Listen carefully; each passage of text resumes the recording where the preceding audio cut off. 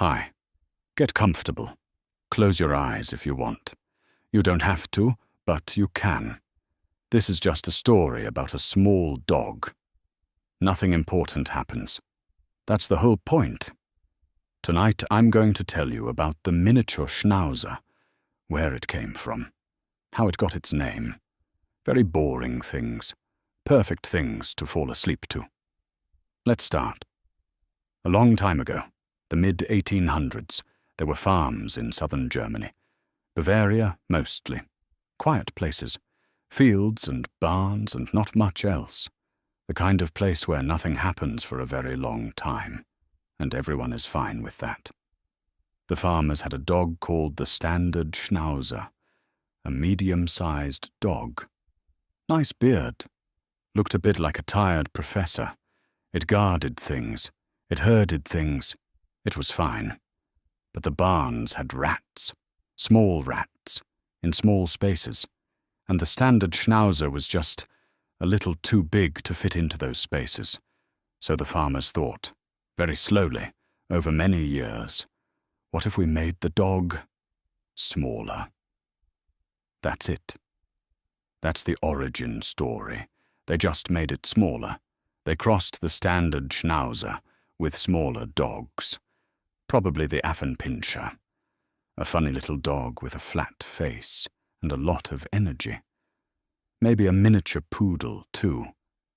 Nobody wrote it down. They were farmers. They were tired. They had rats to deal with. They weren't thinking about us, hundreds of years later, wanting to know the details. They just wanted a smaller dog. And eventually, they got one. The name. Let's talk about the name for a moment. Schnauzer comes from the German word Schnauzer. It means snout. They named the dog after the fact that it has a snout, which every dog has. But this one has more snout, somehow. More face. The whiskers, the eyebrows, the beard.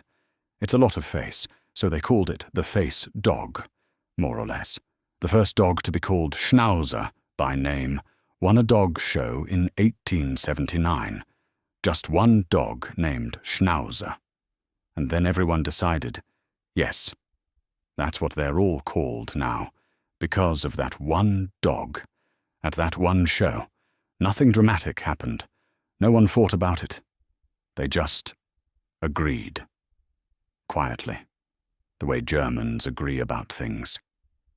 In 1895, some people in Cologne, Germany, started a club. The Pinscher Schnauzer Club. They kept records. They wrote down which dogs were related to which other dogs. They measured things. They had opinions about ears. They had opinions about tails. They probably had opinions about opinions. It was a very thorough club.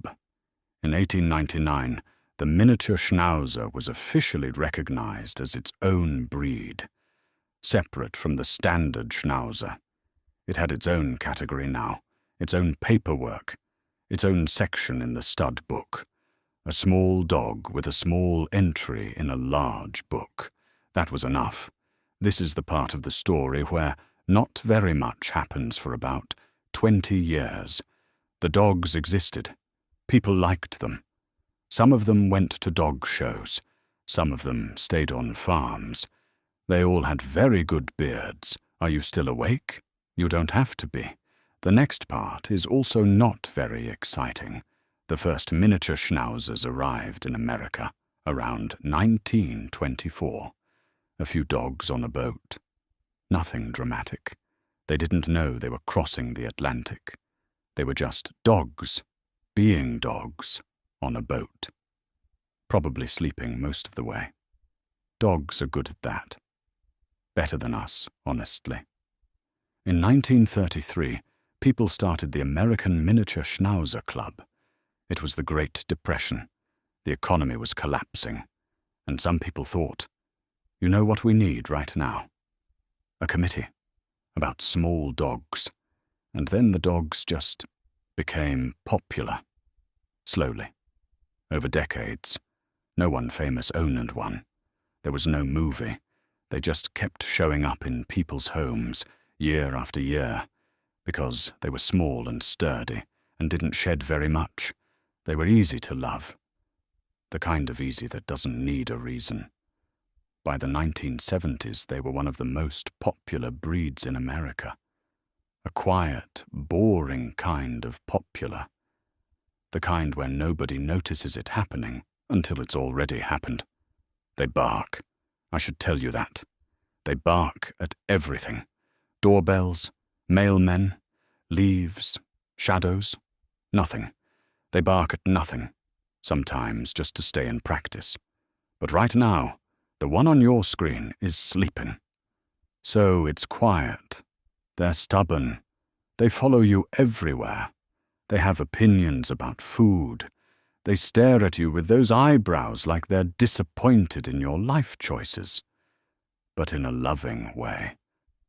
In the way that only a very small dog with a very large beard can be loving. They are a lot of dog in a very small container. That's the best way to put it. So that's the history. German farmers had rats. They made a smaller dog. They named it after its face. Some people started a club. The dog came to America. It got popular. Nobody knows exactly why. And that's all there is. Nothing else happened. It's a very boring history. And now you know it. You can let it go. You don't need to remember any of this. It's not important. None of it is. Good night.